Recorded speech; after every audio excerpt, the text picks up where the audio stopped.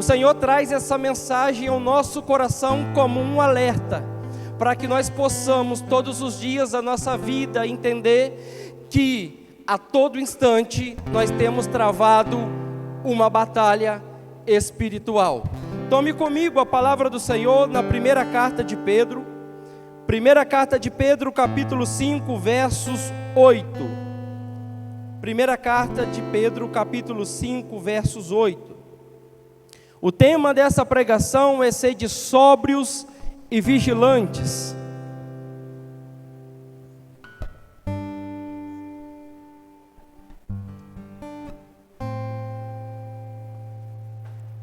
Amém, socorro, misericórdia. Primeira carta de Pedro, capítulo 5, versos 8.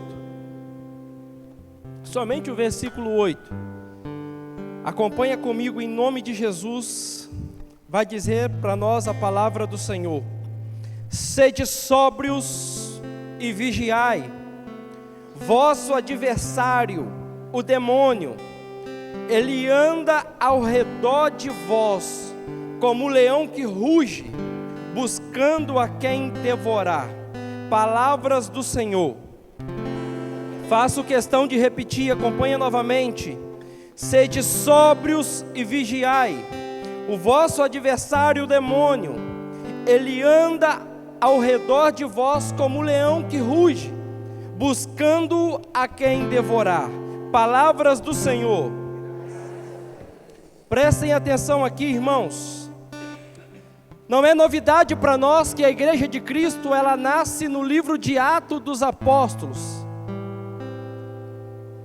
E a igreja ensina para nós que se levanta uma grande perseguição contra a igreja a partir do ano 34 depois de Cristo, quando o diácono Estevão, ele é morto por autorização de Saulo.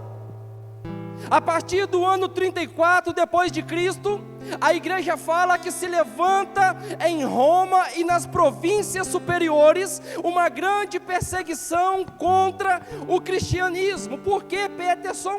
Porque os cristãos começam a levar a sério o evangelho do nosso Senhor, a palavra começa a ser pregada, o evangelho começa a ser anunciado, muitas pessoas que não estavam crendo no Senhor começam a crer, pessoas que adoravam outros deuses começam a dobrar os seus joelhos diante do nosso Deus, diante do nosso Senhor, e isso incomoda muitas autoridades naquela época. Quando nós lemos essa carta de Pedro no capítulo 5, já era por volta do ano 64 depois de Cristo, quando Nero, imperador de Roma naquela época, governava toda aquela região, e Nero levantou-se um decreto que todos os cristãos, todos aqueles que se dobrassem diante do Senhor, deveria ser morto a fio de espada, ou seja, a regra era eliminar o cristianismo, eliminar aqueles que tinham como Senhor, para que a igreja viesse a padecer. Então Pedro se levanta como voz profética naquela época, Pedro se levanta diante daquela perseguição, Pedro se levanta diante daquela autoridade de Nero, e Pedro diz para as igrejas das províncias superiores, assim como está dizendo para nós aqui: sede sóbrios e vigiai, pois o adversário, o demônio, ele anda ao derredor de vós, como um leão que ruge buscando a quem devorar. O que Pedro naquela época estava querendo dizer para a igreja? Que por trás daquela fúria de Nero, que por trás daquela raiva de Nero, que por trás daquela autoridade de eliminar os cristãos, de acabar com as igrejas, havia uma influência gigante de Satanás. Pedro está dizendo: olha, não é só a raiva do coração de Nero, não é só a lei imposta para matar os cristãos, é uma influência do inimigo de Deus, que se levantou, que se rebelou querendo ser Deus. Não é novidade para nós que Lúcifer nunca foi malzinho e nunca foi o terrorista como nós vemos. Lúcifer, em certa época, ele era anjo de luz. Tanto é que o profeta Ezequiel, ele vai dizer: eras querubim ungido, por que caístes? Era querubim de luz, por que caístes? Novidade para nós não é que Lúcifer era um anjo do Senhor, mas ele, querendo ser igual ao Senhor, ele vira adversário do Senhor. E o demônio, como adversário do Senhor, a todo momento ele tem por estratégia perseguir a igreja. A todo momento o demônio tem por estratégia devorar a minha e a sua vida. E tanto é que a igreja vai dizer que o inimigo, ele não tem domínio sobre a vida de ninguém. A igreja ensina que o inimigo, ele não tem controle na vida de ninguém. Mas olhe para a pessoa que está do seu lado e fala com ela: mas, presta atenção, abestado. Fala com ela: presta atenção, abestado. Ei, ele não tem controle, olha para mim. Ele não tem controle, mas ele tem como persuadir para que iremos até ele. A estratégia do inimigo já não é ter controle, porque ele está amarrado quando o Senhor foi à mansão dos mortos e ressuscitou no terceiro dia. Mas ele pode persuadir para que nós possamos ir até ele.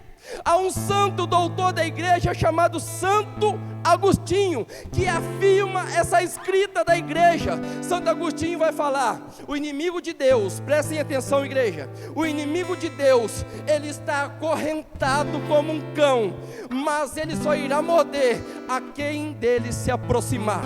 Prestem atenção então, o que o Senhor está dizendo para nós aqui nesse grupo de oração? Naquela época havia uma grande perseguição contra a igreja. Nero, ele queria acabar com a igreja de Cristo. Ei, Nero queria acabar com a igreja de Cristo por estratégia do inimigo. O que o inimigo fez? O inimigo viu que ele não conseguia vencer dessa forma, então ele começou a mudar a sua estratégia. Agora ele está amarrado, agora ele está fazendo com que os cristãos vão até ele.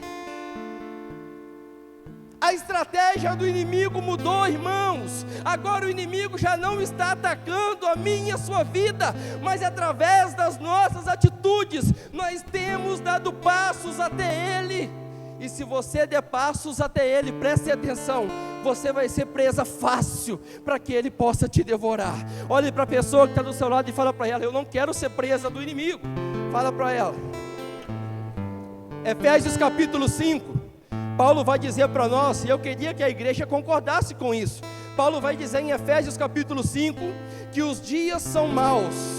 É mentira ou é verdade que os dias são maus? Nós ligamos as redes sociais, televisão, jornais, nós só vemos tragédias. É mãe abandonando filho, é filho abandonando os pais. Nós vemos aí autoridades pouco se lixando para a humanidade. Nós vemos aí irmãos contra irmãos brigando por causa de terra. Nós vemos famílias se desfalecendo por causa de dinheiro. Os dias são maus. Se tem uma coisa que Paulo disse, e hoje está se cumprindo, é que os dias são maus. Na carta aos Efésios capítulo 5, Paulo vai dizer: os dias são maus, vigiai pois sobre a vossa conduta, para que ela não seja conduta dos insensatos. Você sabe dizer o que é conduta dos insensatos? Conduta dos insensatos é dar passo em direção a Satanás. Conduta dos insensatos é dar passo em direção àquele que irá te devorar. E o que o Senhor está querendo dizer para a igreja? Ei, se há 2000 anos atrás aproximadamente, Satanás ele tinha uma estratégia para matar a igreja de forma física, hoje ele tem outra estratégia para matar a espiritualidade da igreja. Já não estamos falando mais de uma igreja feita de cimento, de uma igreja feita de lajotas. Nós estamos pregando aqui a igreja de Tiago capítulo 2 versos 14, quando Tiago vai dizer que a verdadeira igreja de Cristo sou eu e é você. Prestem atenção. Enquanto o Senhor tem as mãos sobre a sua vida e domínio sobre a sua vida, o inimigo de Deus, ele anda como um leão a fim de devorar a sua vida. Tome cuidado, irmãos. Sabe por quê? Porque nós, infelizmente, pelas nossas atitudes, nós temos dado passo em direção ao demônio. Com as nossas atitudes, nós estamos sendo presa fácil. E eu não volto aqui dizer, eu não estou falando de uma morte física, eu estou falando de uma morte espiritual. Ei, preste atenção, eu tinha vontade de ir para o grupo de oração, eu já não estou com vontade mais. Eu tinha vontade de comungar Jesus na Eucaristia, eu já não estou com vontade mais. Eu tinha vontade de confessar os meus pecados, eu já não sinto vontade mais. Você já está sendo presa fácil para o demônio, e o Senhor está gritando aqui no nosso coração: sede sóbrios e vigiai, pois o adversário, o demônio, ele anda ao derredor de vós como um leão que ruge, buscando a quem devorar. A palavra cuidado, e essa é a palavra que o Senhor tem para nós hoje. A palavra de ciência para esse grupo de oração é esse: cuidado. A palavra cuidado, ela se origina do latim, que quer dizer preocupação. Se eu e você não começarmos a nos preocupar com a nossa vida espiritual, se eu e você não começarmos a nos preocupar com a batalha espiritual que nós estamos travando aqui na terra, nós vamos ser presa fácil para o demônio. Há uma urgência que nós venhamos a nos preocupar com a nossa vida espiritual. Se eu estou indo para o campo de futebol, onde é a minha fraqueza, eu preciso de ter esse cuidado que o Senhor está trazendo para mim, se isso irá me levar a dar bons frutos, ou se isso servirá de queda para a minha vida. Se eu estou vindo no grupo de oração e estão me oferecendo festas mundanas por aí, perdições, drogas, o Senhor está gritando conosco: cuidado, igreja, se isso não será causa de perdição, e se através dessa perdição o inimigo irá me devorar. Cuidado, pois, Paulo vai dizer novamente, sobre a vossa conduta, para que ela não seja a conduta dos insensatos.